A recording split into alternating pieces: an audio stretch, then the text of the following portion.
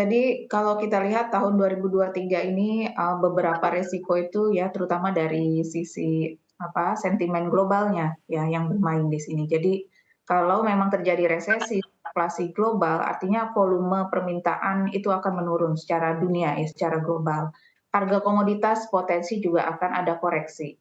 Sehingga tadinya kalau kita menikmati surplus perdagangan yang sangat besar ya, tahun ini kan terbesar sepanjang sejarah. Tahun depan potensi akan lebih rendah. Artinya supply falas ya, meskipun, banyak yang masih supply falas dari ekspor ya, meskipun banyak yang ditaruh di dalam negeri, tapi secara jumlah tahun depan itu potensi menurun gitu ya, berkurang. Nah, berarti kita beralih ke faktor berikutnya, yaitu capital flow ya, aliran dana asing. Nah, ini kalau misalnya ini akan sangat tergantung pada sentimen global. Menurut saya di semester pertama mungkin kita masih akan, melihat ada tekanan pada rupiah ya, karena ada berita-berita mungkin akan bermunculan mengenai kondisi ekonomi secara global, itu akan mempengaruhi sentimen. Kemudian, capital outflow juga mungkin terjadi karena di global kalau terjadi sentimen artinya pemilik dana ini pasti akan berusaha untuk, menyimpan dananya menahan dananya dulu sebelum melakukan investasi gitu ya. Tapi harusnya ini kondisi akan ada titik puncaknya ya. Artinya kenaikan suku bunga harusnya ada titik baliknya gitu ya, ada titik ketika mencapai flattening. Artinya kita lihat yang patut kita monitor adalah inflasi terutama dari sisi global ya. Saya setuju dengan Pak Willem bahwa memang inflasi global ini harus turun secara sustainable, secara gradual ya, menunjukkan penurunan yang konsisten.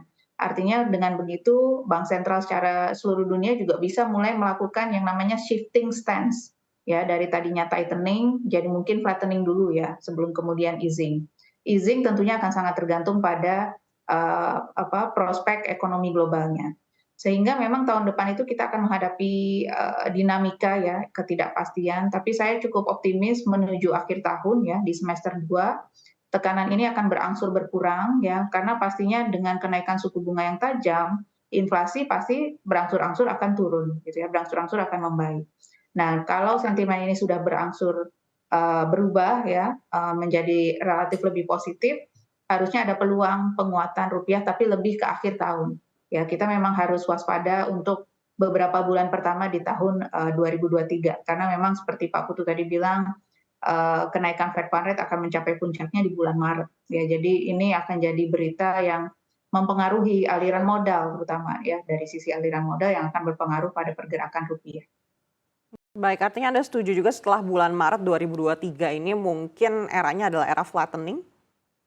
Betul, saya cukup optimis bank sentral dunia ya akan mulai memasuki periode flattening, di semester 2 ya, mungkin ya, 2023 dan kalau kita lihat juga dari perkiraan berbagai institusi dunia ya IMF, World Bank, kebanyakan memperkirakan kondisi akan membaik memasuki tahun 2024. Ya, jadi ada potensi easing, monetary policy dan juga perbaikan dari sisi ekonomi, gitu. Kita baru bisa berharap penguatan rupiah ini di akhir tahun 2023? Ya, betul. Baik, kita akan beralih ke Pak Willem. Pak Willem, Anda setuju dengan yang disampaikan Budian kalau penguatan rupiah ini mungkin akan bisa kita nikmati di akhir tahun 2023? Baik, ya. Jadi tadi menambahkan tadi ya, dari Budian dan Pak Putu tadi, jadi saya tambahkan mengenai dalam kaitan luar negeri ini, itu ada namanya sistem devisa, ada namanya sistem nilai tukar. Nah, kita mengatakan tadi ada problem mengenai nilai tukar kita dan kita berharap bisa menguat. Nah, caranya salah satu dalam jangka pendek adalah boleh kita sebut merestriksi, sehingga kita mengenal tadi ada penerimaan hasil ekspor atau dari devisa tadi. Cuma itu memang concern-nya. Kita di tahun 2022 ini bersyukur ya, khususnya di semester 1 kita ada penerimaan yang besar dari sawit dan batu bara dan juga komoditas lainnya. Tapi itu adalah kita harus mengakui, mengapresiasi jeripaya para dunia usaha. Pemerintah telah membuat suatu kebijakan yang kondusif. Dunia usaha ini itu tadi kita boleh sebut eksportir. Nah, tentunya kita apresiasi mereka dan juga jangan juga kemudian membuat kebijakan yang bisa terjadi pembalikan. Nah, dilihatnya begini, dalam logika sistem devisa, kita senang kalau uangnya masuk. Tapi kita harus terima kenyataan kalau uangnya keluar. Jadi uang dan masuk itu kan namanya inflow dan outflow ya. Kita senang uang masuk, tapi kita nggak mau kalau uangnya keluar. Nah itu juga kurang fair. Nah itu dalam perdagangan caranya supaya uang itu masuk, tidak ada cara lain kecuali mengattract ya, baik para investor, ya, baik para pembeli ya, importer dari luar. Itu merupakan tadi yang disampaikan oleh Bu Dian, maka diharapkan di tahun 2023 kalau kita telah mampu mengattract dan tidak membuat atau merestrik, nah itu maka kita bisa berharap keadaan yang positif pada tahun 2023 nanti. Mungkin itu menambahkan dari penjelasan narasumber sebelumnya.